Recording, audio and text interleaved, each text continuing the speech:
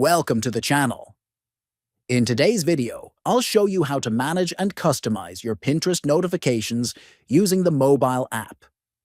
Whether you want fewer distractions or just need better control, this step-by-step guide will help you turn notifications on or off with ease. Let's get started. First, open the Pinterest app on your phone and log in to your account. Next, tap your profile picture located at the top left corner of the screen. Once you're on your profile page, tap the Notifications option from the menu. Now scroll down until you see the section labeled Permissions.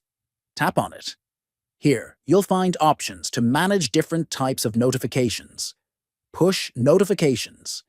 These are the alerts that appear in your phone's notification bar. Email. Notifications. These are updates sent directly to the email linked with your Pinterest account. In-app notifications. These show up while you're using the Pinterest app. To control these, simply toggle the switches on or off, depending on what you prefer. For example, if you don't want push alerts about new pins or messages, just turn off the push option. Make sure to review each type and choose what's right for you. Thanks for watching. If you found this video helpful, don't forget to like, subscribe, and share it with others. Stay tuned for more easy tutorials just like this one.